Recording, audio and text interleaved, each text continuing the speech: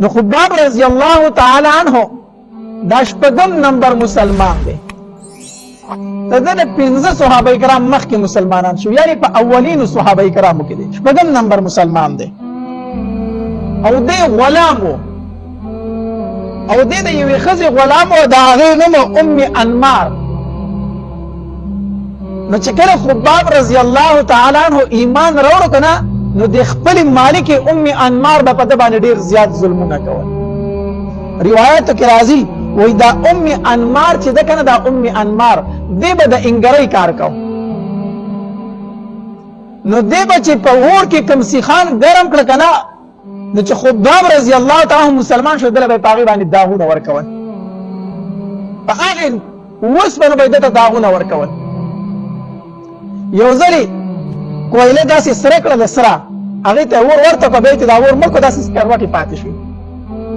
چې سکروټې پاتې شوې، دا خباب رضی الله تعالی عنه راوسته او د پاسه یې سم نه او دې اواز وکړو، وایي څوک داسې نشته چې په دې سینه ورته ودرېږي چې دا ملای دې سکروټو ته ښه مضبوطه ورشي.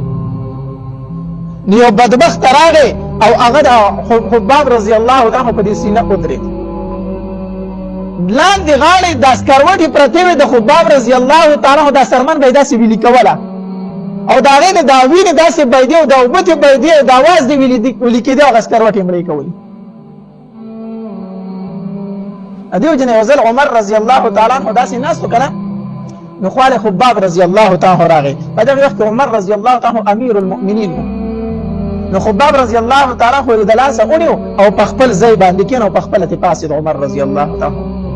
وی خبابه ته دې ځای زیات حقدار زمانه ته یې چې ته په دې ځای باندې کېنې، ځکه تا په دین اسلام کې ډېر زیات تکلیفونه برداشت کړي دي، ډېر زیات تکلیفونه برداشت کړي دي. یو ځل د بیا د انګرۍ چلم زده کړی، نو دا تورې به یې جوړولې. نو عاص بن وائل دا یو کافر دی، د دپاره یې توره جوړه کړې وه. چې توره جوړه کړې وه هغه له یې ورکړه، هغه چې توره واخېسته روان شو تی. نو خباب رضی الله تعالی ته وایي توره خو دې واخېسته، خو هغه پیسې خو راکړه که نه، زما مزدوري خو راکړه.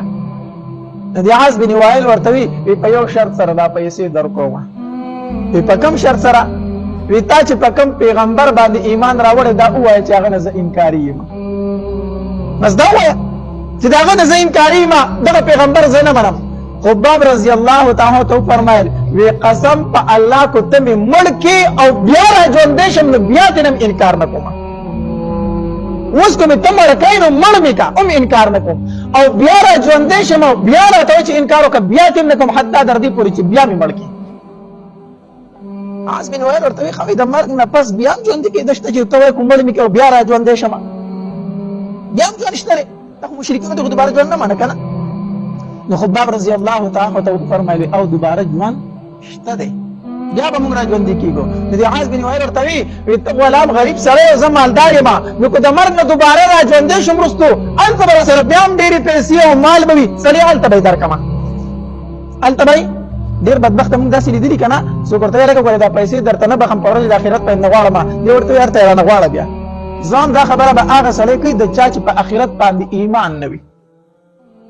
څوک چې په آخرت باندې ایمان لري که نه، هغه به تا ته جراب فریاد شروع کړي چې زما نه ډبل پیسې والا خو د الله دپاره ما ماف کاسې چې په میدان محشر کې زما ګریوان ته چېرته لاس راوانه چي.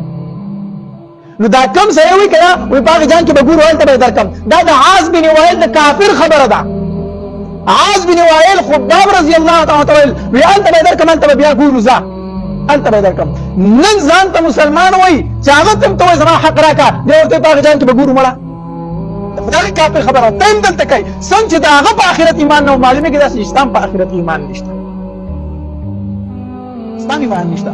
نو عاص بن وائل ورته وویل وی ټیک ده، هلته به زما مال هم وي، اولاد به هم وي، هر څه به راسره، هلته به بیا درکړمه. په دې باندې الله تبارک وتعالی د آیاتونه نازل کړو.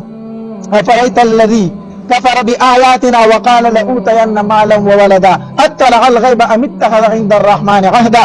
الله تبارک وتعالی د سوره مریم د آیاتونه نازل کړو. دا د خباب رضی الله تعالی عنہ مبارک نازل شوی چې کله ورته د کافر د پیسو انکار. نو دته په دین اسلام کې ډیر زیات تکلیفونه میلاو شوي په ابتدایي زمانه کې. دا چې ښایسته واقعګانو لیدلو لپاره زموږ یوټیوب چینل واجد اسلامیک سټوډیو سبسکرایب کړئ. په دې به تاسو ته انشاءالله العزیز ښایسته واقعګانې او بیانات میلاویږي او د غنټې دا نشانه سره کلک کړئ. تاسو ته آینده نوې ویډیوګانې مخې ته راځي او خپلو ملګرو سره لازم شریک کړئ. والسلام.